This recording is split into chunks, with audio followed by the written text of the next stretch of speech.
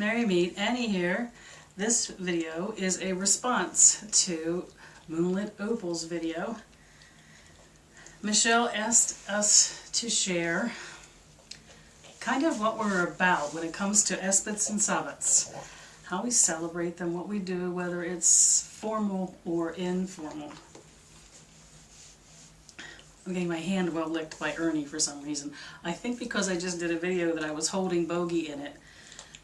Ernie's still upset about that. Anyway, how we celebrate, what we do for the Esbats and Sabbats. Now, I do celebrate with my coven. I'm so blessed to have those special people in my life. I've always been a very communal witch. I've always been a junkie for group power and what happens when a group comes together. I also, well, to tell you the truth, I just love people. I love being with people. I love the family that you choose, and I have been very blessed by the circles that have been in my life. Everything about sharing time with loved ones and then expanding that to include our families and the wider world and community we share together has always been very important to me. So when I've had the opportunity to be in circle with brothers and sisters, I've been in my glory in the communal sense. So presently, and I have been for several years now, covened with a group. We do celebrate as a group the full moons, and we do celebrate as a group the 8 holidays. And on the dark moon, the ladies of our circle get together for what we consider to be women's mysteries, what we're about when we are a room full of women. And it's glorious, and I love it. As much as I love the times, of course, that we're all together. Groups that I've always been a part of, the women would always retire at the dark moon, and usually the men would be called, although maybe not on a regular basis, whenever the spirit moved them, to gather for a high noon solar celebration that celebrated the men's mysteries. So that's what I do with the group I'm currently with. Our rituals are formal. They are very traditional. We all come from traditional backgrounds. And the only informal celebration is a celebration afterwards where we share a meal or just share wine, relax and enjoy each other's company. Now, for myself personally, I had many, many years in between circles of practicing as a solitary practitioner. And I came out of that experience convinced that we are all solitary practitioners.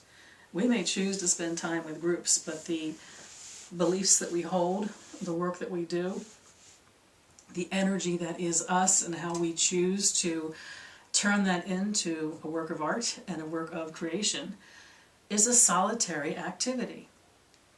Everything we do, even in a circle with others, comes from the place of solitary knowing and solitary power. It was difficult for me to make the transition to solitary work the first time I found myself outside of a circle because I didn't know how to practice outside of a circle. But I've gotten better and better at that as the years have gone by, and my solitary practice is very strong for me. It is as important to me as the work I do with my coven.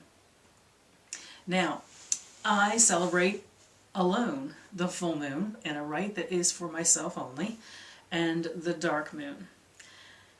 I also celebrate the 8 holidays by myself, in addition to whatever our coven does. And here's the reason why. There's certain things I like to attend to at the full and the dark moon each month. And there are certain personal things I want to focus on at the turning of the 8 holidays. Why? Because I've been doing this for a long time now, and each of the holidays has taken on a personal meaning to me. Now, it has its meaning in community with the groups I've celebrated with, whether it's been covens I've been bonded to or it's been public rites of some kind I attended or led. They have their purpose, they have their meaning, they have the power of what the group is and what the group meaning of the holiday is. But I have discovered that on my own, in the way I practice alone, that there's just deep and intimate meaning to the 8 holidays and the full and dark moon that I need to address personally. Now, the work of addressing it is not onerous to me at this point in my life. I have a solid book of shadows. I address the same issue at each turning of the wheel. So every in-book, I deal again with the concept of individuation and personal power and personal awareness. It's what I do at in-book. I will have the same thing I focus on come Ostara, which is creativity and the juice that flows through you and what you can manifest in the creative sense. Every one of the 8 has a personal meaning to me that I revisit every turning of the wheel. So every year I come back to the same place, different than I was, changed, and ready to take it forward from there and revisit the holiday. I don't have to work up a ritual. I have all my rituals. Yes, the focus will change from year to year. Even in the middle of a ritual, I will do something different. But in general, the bones of my rituals are all solidly in place for me. And I like the familiarity of coming back to something I know. I'm very much, even as a solitary, I'm very traditional in what I do. I like repetition. I like being in a place I recognize. I like having rituals, but I'm not rustling paper. Very much a traditionalist in the sense that there is a specific flow of all my rites, even my personal rites. However, I find great comfort in, no matter how sophisticated my personal ritual may seem to someone else, who's a more casual or informal practitioner, all the words are there for me. There's no work or writing or, I don't want to say there's not preparation because there is, but the flow of the ritual is predictable for me because that's how I need it to be.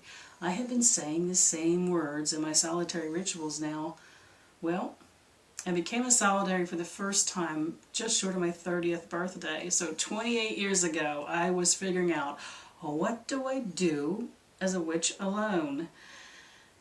And within that next 10 years, I would say, by the time I was 40, I knew what I wanted to do and address when it came to personal growth, when it came to being back in touch with the world of nature around me, when it came to being in relation to my gods as the year moved on.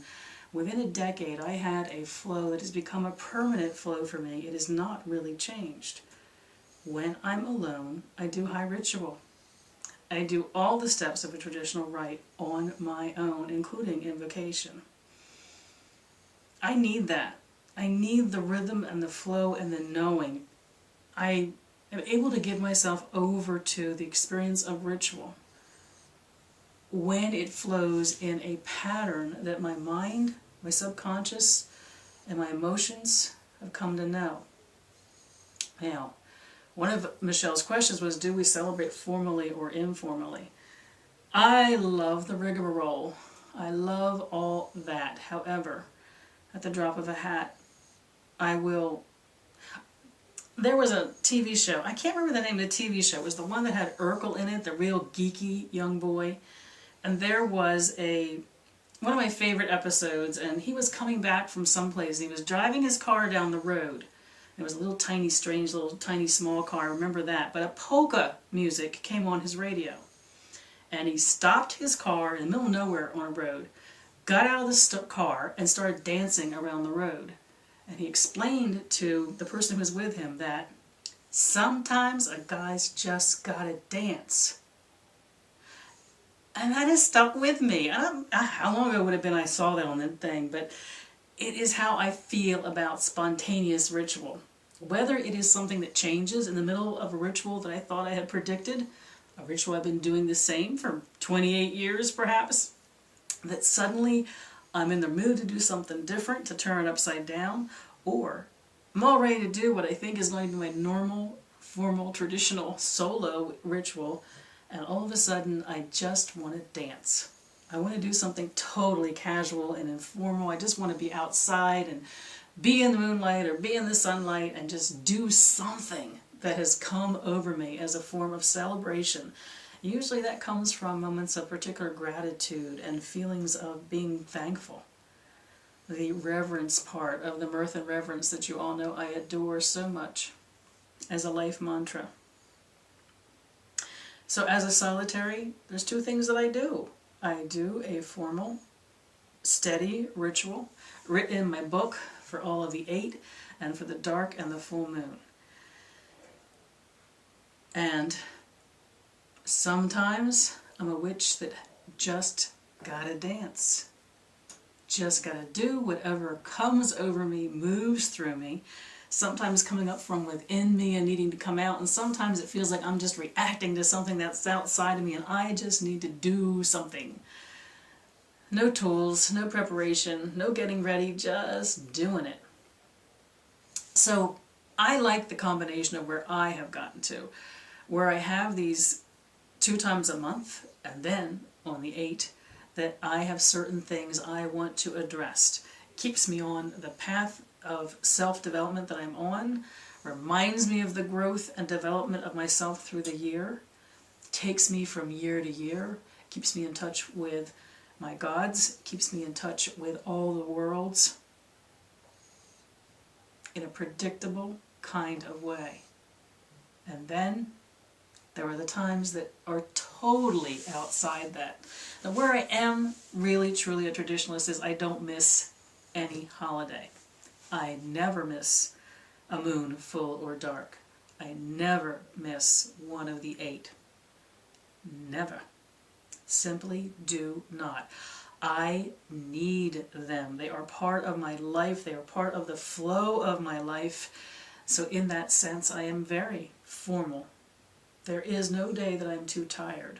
There is no day I'm too distracted. There is no day I'm unprepared. Because something will be done at the full dark moon and at the turning of the 8. So I'd say overall, very formal in that sense. I need pattern and repetition and that feeling of flow and anticipation, certain times of the year that I focus on certain things, open myself up to certain things and certain experiences. And then there's the times I just gotta dance. I wish you mirth and reverence. Mary Part,